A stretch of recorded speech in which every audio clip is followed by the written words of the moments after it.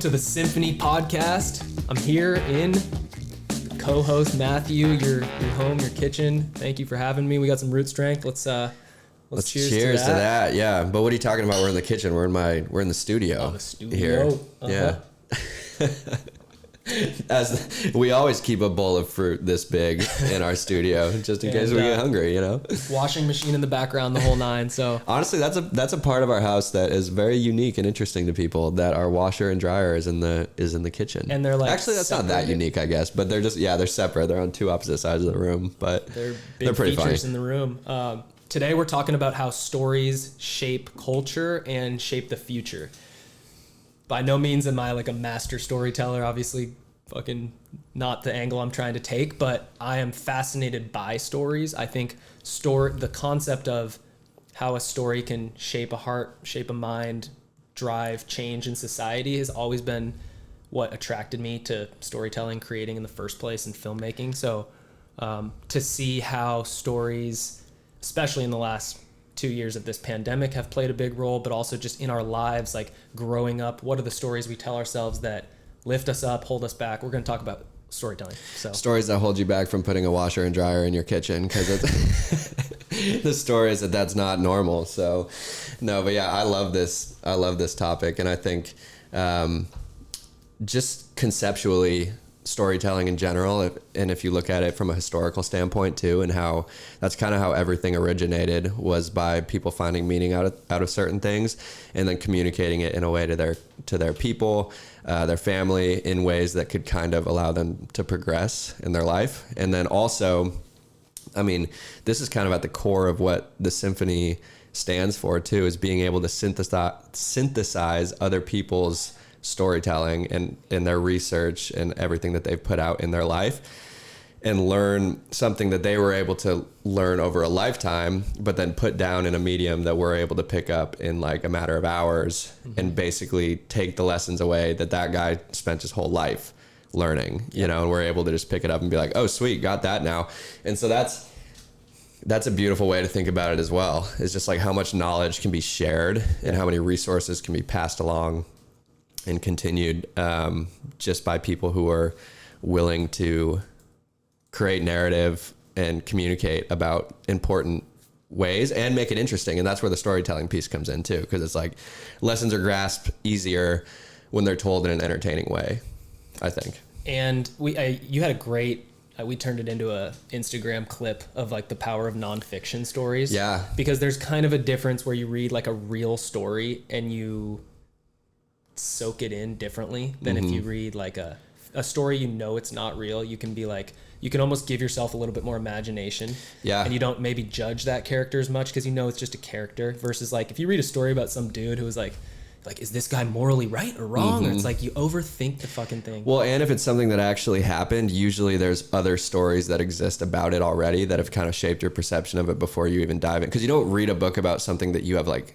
no idea what it was, especially like nonfiction, you know, you're like going towards things that you want to learn more about, and chances are you've already heard about it in some other way, so you kind of have an idea of like what the outcome was or how those people who are in the story were perceived from just like a general public sense, and that gets built into how you kind of like integrate the story and understand the story. Whereas with fiction, you are literally reading about made up characters, and so you're going in completely new, like completely judgment free, and you're kind of learning along with the characters as they go through the different events that are in the book.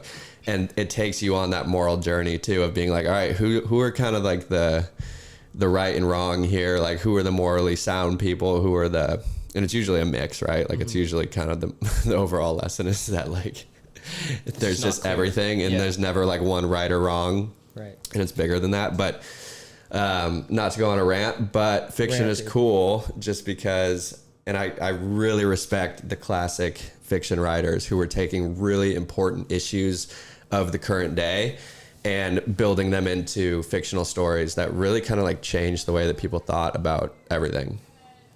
So quick edit, here we're back.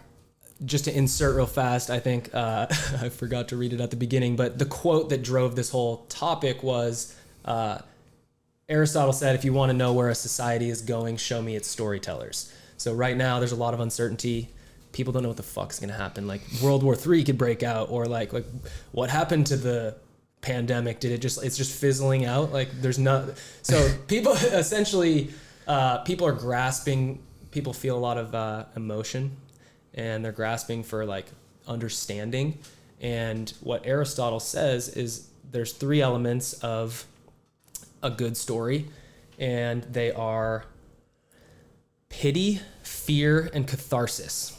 I don't really know why pity would be one, but catharsis was the one that kind of jumped out, because it's basically what that means is relieving yourself or letting go of pent up or held emotions or stress. And so that's the power of stories. We live in this crazy time, that's the story you're telling yourself, or really awesome, safe time, maybe the best time to ever be alive, more opportunity for more people, higher quality of living than ever before. So you can tell yourself a story that like we're in a shitty situation, and what's that going to do? Is that going to empower you to go out and live a better life, or is that going to disempower you? So this is like, my angle is like, society is shaped long term through stories, but also each of us individually, the stories that we are conditioned by growing up, the stuff our parents tell us that we just like assume is like truth. You know? Well, can you read the definition? Do you have the cathartic, or what is it? Catharsis? Catharsis is the process of releasing and thereby providing relief from repressed emotions. Right. So, and I think that's crucial in a good story too, is like we talked about this before we jumped on too, about like people not wanting to feel alone. And so, and that's something where like they feel like they can release their own emotions into this story because they're reading about characters who are going through similar things to what they've thought about or what they've felt before. And then it gives them that release of being like, yes, okay, I'm not a crazy person, or like, I'm not insane, you know? And so I think that's really important. But the pity thing is interesting too, because where my mind goes on that one is like good stories do a good job of like introducing like rounded people. So you start to understand that person, and then it puts them in a position where they have to make probably like a morally questionable decision, but you kind of take pity on them, or you at least empathize with them because you're like, no, I understand like why he's kind of like forced to make this decision, or why, which ultimately gives you a better understanding of humankind, just because that's how you start to see the world. And you're like, anything that happens, you just start to kind of have like pity or at least empathy, and be like, they're arriving at this conclusion or at this place based off of the specific life experience that they've had up until this point. And like, if I were in their shoes, I would probably be doing the same exact thing. And so, and then you're just chilling with everything. Right. Like, then you literally live a life where like nothing really bothers you, and you just kind of understand that, you know, people are where they are, and trying to change them is just going to take way more energy on your part. And then, so just try to like understand and live and let people do whatever they want to do. And, but yeah, I think that pity piece is kind of that same that makes angle a ton as empathy. Of sense. Yeah. Thank you for explaining that. Honestly, I was like, that's my thought. I don't know. Who knows? I got to call up Aristotle and see. Yeah. I mean, we're speculating, but I do want to just reiterate like what I just took away to like kind of just review it is like, when you feel pity for someone who's like doing something where, let's say you hear about a story in the news. There's one angle on that story. Mm-hmm. The person who they're reporting on is usually villainized, evil, crazy, right? If you had the opportunity to go speak and sit down with that person for an extended period of time, you might find that to be true. You might find that they are crazy and insane or whatever, or evil or whatever. But I have this feeling that a lot of the people that are demonized in the media, like you hear their story and you're like, whoa, like for example, I think there's this guy named like James Vittori. What the fuck was his name? This Google engineer who wrote a memo about women in tech.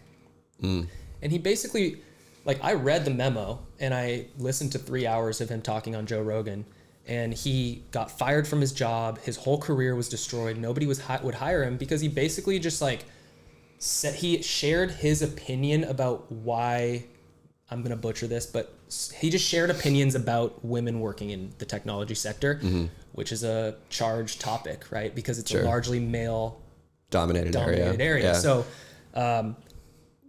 I guess just like seeing that and seeing how the angle that people take and the rhetoric behind the story, it's not for no reason. Like there's a purpose why a news agency picks the headline to be triggering and Right. very clickable.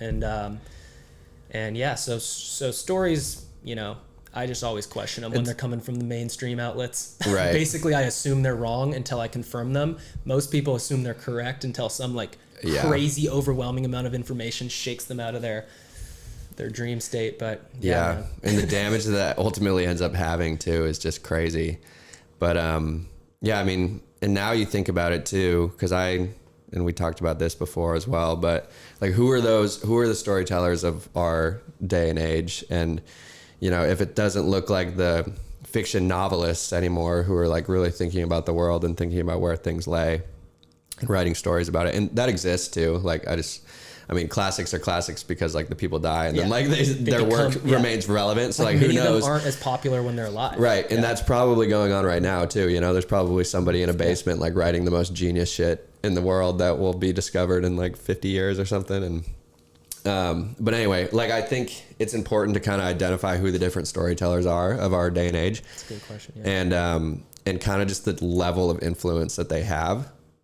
And just think about that. And because I mean, we talked about it before too, of like podcasters now, right? You know, Joe Rogan is probably the biggest in the podcast space. Like, yeah, he's the biggest in the world. And the influence that comes with that as well, right? It's like, if he says the point that you brought up of like, if he says who he is voting for president, people freak out, but also like a lot of people let him do their thinking. Yes. And that's not specific to him. That's specific to anybody who has a big following. It's, you know, or just your parents, or your parents, or anybody we that like you're outsource our like meaning, sense making, right? In that sense, that's what stories do. So there's a lot of people that would say, why would an MMA comedian? We should not let him have so much influence. Mm-hmm. We need to have, you know, basically like I don't know if you've been watching or if you've heard this at all, but some data came out about CNN's viewership versus Rogan's and podcasts. Spotify's now releasing data about the podcast. CNN's viewership was down like from year over year. So like a year ago when everybody was super tuned in to like the news and CNN, there's like 90% decrease in viewership, and they get so Rogan gets 15 times more listeners than the most popular corporate press shows. Wow. So if you think about the influence that has, like, yes, CNN still has influence, but to me, it's such a good thing that influence is being, dude, like 50 years ago, there was like 50 different news and media outlets. Over time, these conglomerations just bought up and consolidated this entire industry to the point where there's 6, and they basically just like, they write what our culture is going to be. Like they literally, Hollywood drives, if you disagree with this, like go do some research, because Hollywood drives the direction of culture for sure. Around the world too. So I personally am like, let's decentralize storytelling. Like you and I can tell a story, potentially, you know, influence somebody to think differently than what a story from another outlet might say. Or not that it's a competition or something like that, but yeah, I'm fucking just like kind of contrasting this like idea that what you said, they have, like Rogan has a ton of influence and other podcasters have a ton of influence. To me, that's just like, okay, that is what it is. Let's not like freak out about that. Like some people are like, well, he's, you know, fucking right-wing racist. And obviously that's not true. So anyways, not a good take, but I think it's a good thing that storytelling and like just the influence in general to like condition our society is being taken away from the gatekeepers that are paid and bought by corporations like Pfizer, brought to you by Pfizer. Yeah. And now individuals are just like fucking telling stories, and then like millions and millions of people are just resonating with them. And then, so yeah, I think podcasters are a huge element of the storytellers in our life. Musicians, dude. Yep, definitely. You know, the music we listen to, the movies we watch. Yeah, it really drives. Like, and the thing that I was going to add is that it makes you, like the stories you hear and tell yourself growing up, like make you make life decisions that can either like nurture your soul or fucking damage them. Yeah, like push your soul away from what you're supposed to be doing. So yeah, even small things, like you hear kids our age, even, or I say kids still, I guess we're men at this point, but 27 years old. Yeah, 27 and 28. But even at that age, like a lot of my friends that are working in corporate jobs and have kind of just taken that traditional classic route, it's a common thing among that group of people to basically refer to their life as if it's kind of over, which is in my mind so insane, right? Because in my mind, we are just at the beginning of what is going to be it's going to be a very interesting, exciting, challenging, but like there's so much life left to live, you know what I mean? And part of that too is me just having been exposed to older people who are still thriving and living an awesome, active life and still engaged in multiple activities and being passionate about what they do for work, but not making that their entire existence. And, you know, just balanced individuals who I really look up to. Yep. But if you're served this narrative your whole life that you need to go to school, you need to get a good corporate job so that you can, you know, put money into your 401k and make sure that you're set up for retirement and make sure that you can take care of your family. And then you need to buy a house, and then you need to get married, and then you need to get a dog, and then you need to put a white picket fence in your front yard. And it's interesting because if that's the only exposure you ever have to what it looks like to being a fully formed human adult, and for a lot of, you know, white suburban America, like that's what their upbringing and concept of what adulthood is. And that's why I think it's so important to hear stories from people who are just doing shit differently. Mm-hmm. And still finding success or happiness or whatever you're looking for. Like there's someone out there who's doing it, who's finding it in a different way. Yeah. And even just more exposure to stories like that just makes you have a better perspective of what's possible and make you question things that you've kind of like solidified as fact in your mind over your whole life. I told myself a story that I had to go on this business kind of like very well beaten down path, and then in the future, after I have quote credibility and influence or like connections or whatever these things that when you're like 19, 20 years old going to college you're like, I have no ability to like have an impact on the world. That's a fucked up story that you're telling yourself. Yeah. And I switched that story my senior year in college. I had a professor who was like, no, you can actually think about filmmaking and writing as a viable path. You don't have to like wait till you're 40 years old to like have a midlife crisis and then jump ship. Yeah. Two quick stories. One, I've said it before, I'll say it again, super powerful. But I had a professor last 2 minutes of the last class we'll ever have with this guy. His name was Adam Wowak, and business school guy, gave up like a super high paying job to like teach and really have an influence. And he was like really purpose driven and like you could feel it in his teaching. And he said there's 3 types of people. You've heard me say this before, I'm sure. I don't know. So there's 3 types of people. After you graduate, we all have to make money. We all have to get a job. The first type of person loves their job. It's like their passion. They're making money. It's just like, that's the golden zone. Mm-hmm. Some people are super lucky and they know what they want to do. Like before college, they go to medical school and then they're a doctor and they're just passionate. Yeah. The middle group, or the other side of the spectrum, is people that don't like their job. People that start some fucking job selling insurance and then have to quit and do a different job. Like, that's totally okay too, because you know it's not your long-term thing. Yeah. You learn lessons, you go through the challenges. It's painful at the time. The people in the middle are the ones who kind of like their job. Maybe it pays well. There's probably some elements of it that are, you know, keeping them from jumping ship and taking that risk to go do something that they really love. And so they are the ones that are at risk of waking up at 50 years old and wondering where the last 25 years just went. And dude, when I heard that, I was like, man, that's fucking real. It just gives me chills to even think about like spending 25 years of your life only to realize that it was not the right way to spend it. Yeah. Like literally shakes me to my core. So, whew. And then the other story that really resonated with me, dude, was a story you told about the being in the bar in Guatemala. Drunk guy in the bar. Dude. Yeah. You're either living your dream or you're living somebody else's, right?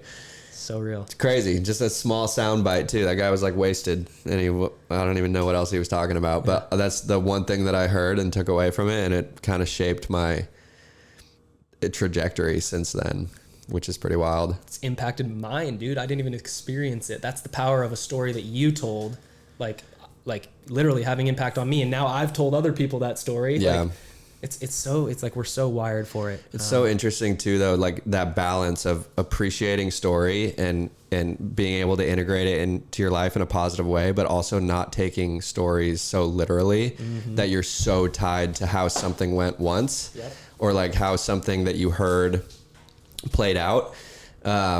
Because then you develop these expectations that are built into you know, your unique perspective of the stories that have been collected over your life and the way that you see the world.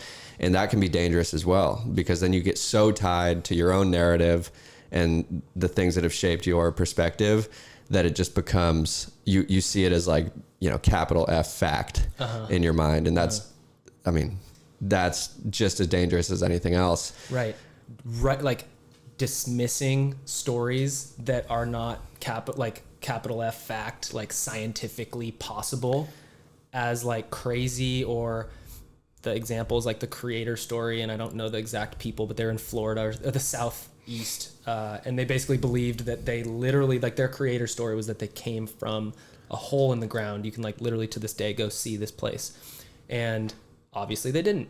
Like, no one here is going to argue that, like, no one's going to argue literally human beings just like popped out of the earth and that's where we came from. I wouldn't say nobody. I would say there's flat earthers out there. Okay. I'm not even here to say that's wrong. I actually think it's true, but it's true in the sense that it has truth, not in the sense that it's scientifically true. So like the reason is that if you tell a story like, hey, we come from the earth, in your culture, you're going to have an understanding from a very young age that, hey, this is not something that we extract from. This is something that literally birthed us and that we have an obligation to steward. So there's so much positive benefit to a story that is not like scientifically factual. Right. And I think we have this like, I don't know if it's like the right brain, left brain. We have this like tendency in Western culture to like be very like scientifically minded. And like, if it's not provable, then I'm not going to believe it, you know? And that can be super detrimental. I think it's very limiting. And yeah, I think if you kind of turn that off, then you start to learn from everything. And that's, I think, one of the major issues with organized religion too. And I think religion as a concept is probably a good thing.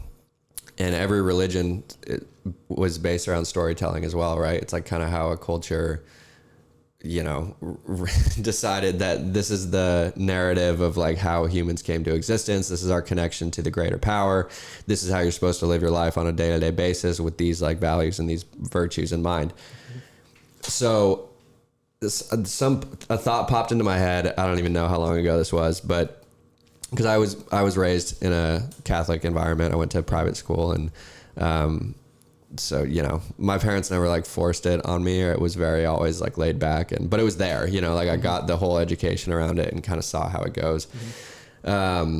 But then a few years back, because now I don't really know what I would even consider myself. Like I would say spiritual, I guess. That's kind of a, I feel like that's just kind of a good way to be like, yeah, I think there's a higher power. I don't really know like what's going on, but like. Just like a human with interest in like deeper knowledge than just the physical. Yeah. Completely. So, but then some random like quotes from, you know, the Bible or the Quran or like any other religious text started to come up, and the lessons that were built into there. And like ultimately what all those parables and stories are saying is just like, be a good person, understand that there's a larger connection to something greater that we can't understand, and like treat your neighbor with love and respect.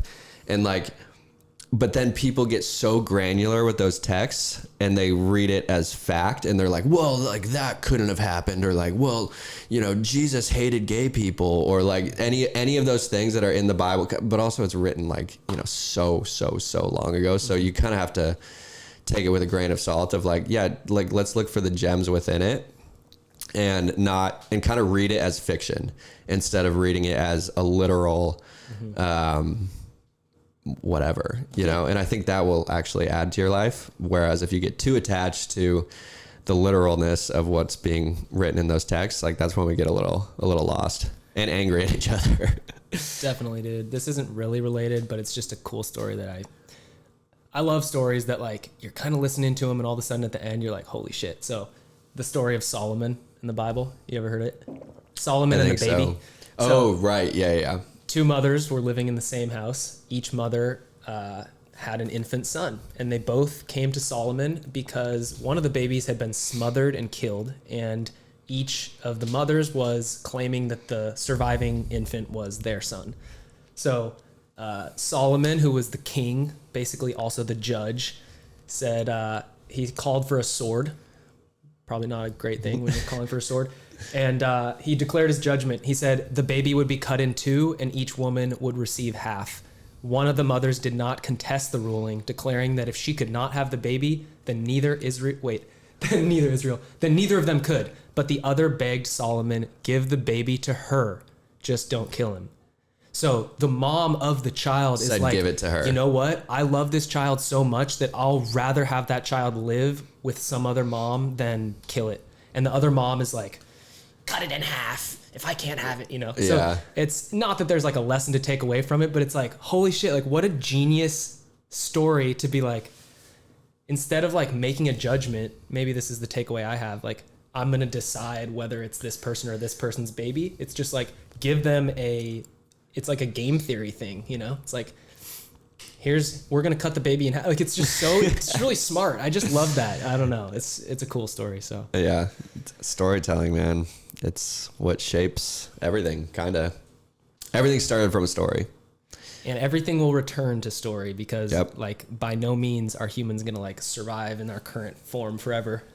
And there's a lot of potential that we'll go back to passing down stories just verbally. And just to even just put it out there in the universe, just because it's been on my mind for so long, but I really want to get into more fictional storytelling and like thinking about things that I kind of the way that I see the world and then trying to wrap them up in a story that can hopefully add a little perspective to, and it's one perspective, but it's just like, I don't know. I really just like that medium of storytelling. It's cool. All right. Well, I think we're at a good point to wrap. We a little over 30. I know we're still under 30 minutes. Awesome. Oh, sweet. Yeah, dude, fantastic. Great to be back in person. Apologies for anyone who was wondering where the fuck our episodes have been. Been a little inconsistent. Just 1 week, about a week and a half. Yeah, we've been just like not hitting our Monday releases that consistently. And I guess as long as we get one out each week, I'm fine with it. But if we like miss a week, I'm like, shit, life gets busy. We're trying to fucking grow this thing and keep momentum. And also, when I listen to podcasts, like I go to my podcast app for the podcast that I actually like to listen to, and I'll literally open the app and it's not there. And I'm like, fuck, what? Another day. How fucking many days do I have to wait for podcasts? So straight up. This is like our, This is our apology. No, we're not going to apologize for existing. Yep. All right, Matthew, appreciate you, man. Peace.